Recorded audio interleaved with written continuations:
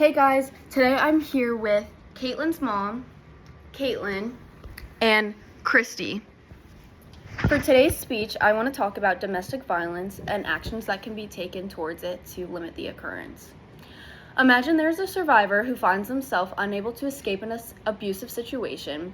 They're trying their best to get out, but they find themselves trapped, forced to choose whether they live or whether their beloved pet survives.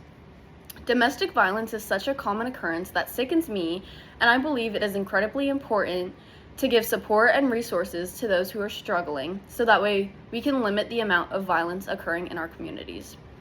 While escaping from a hostile environment becomes much more complex in situations where the life of a pet needs to be protected as well, it is still possible for the victims to reclaim control over their own lives with the help of an increasing number of specific resources available to them.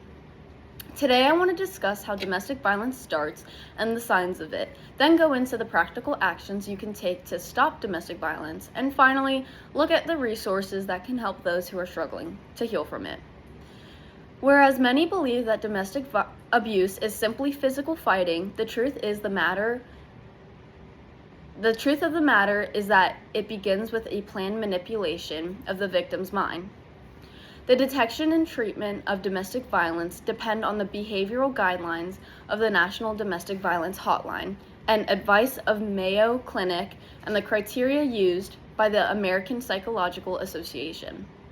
It should be noted that domestic violence doesn't necessarily involve physical assault.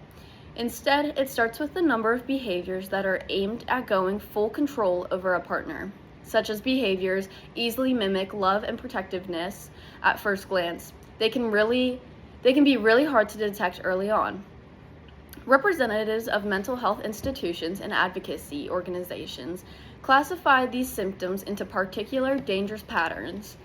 First, there is the isolation and tracking. To isolate a victim from potential sources of help, an abuser usually disrespects their loved ones, demands excessive communication, and tracks their texts, social media activity, and even physical location via phone.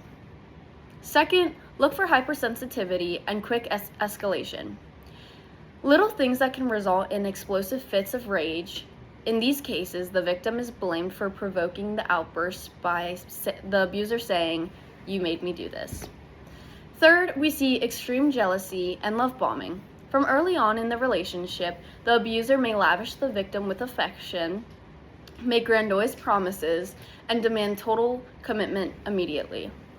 This soon turns into extreme jealousy, where even normal contact with colleagues or people who are total strangers is seen as an act of betrayal. Finally, there is financial control. This involves undermining any job prospects requiring full control of all bank accounts, or making sure that each cent the partner spends is accounted for just to strip them from their economic independence.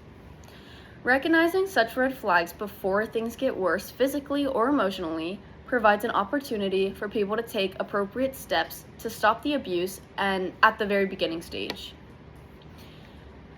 This proactive approach of intervention and planning for safety is based on established models from the National Network to End Domestic Violence and Love is Respect community advocacy.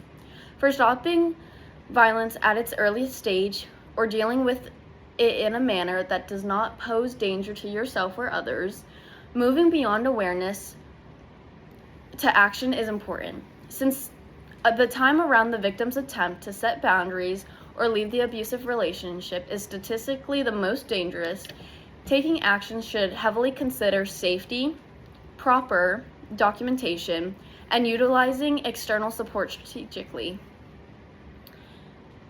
For effective actions to be taken, it depends on whether you are helping a loved one or trying to protect yourself. If you are inside the relationship, focus on creating a safety plan.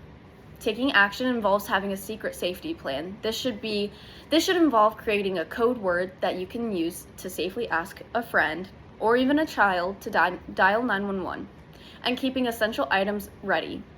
Next, document everything securely. Having a written and timed log of the dates, times, texts, emails, descriptions of incidents, and threats that have occurred is essential. Next, if you are looking from the outside, acknowledge and validate. If you have a reason to believe that someone close to you is experiencing any form of abuse, that will help more than anything else is acknowledging your concern gently without blaming or commanding them to do anything. Try not to demand them that they leave, but instead validate their emotions and offer any kind of help that you can give. In conclusion, the best way to empower oneself is to take necessary steps early on, such as developing a careful safety plan or even stepping in as an ally. By recognizing the early signs, executing a strategic plan, and leaning on specific lifelines available for for both a human and animal survivors, victims can successfully break the cycle of control. Thank you.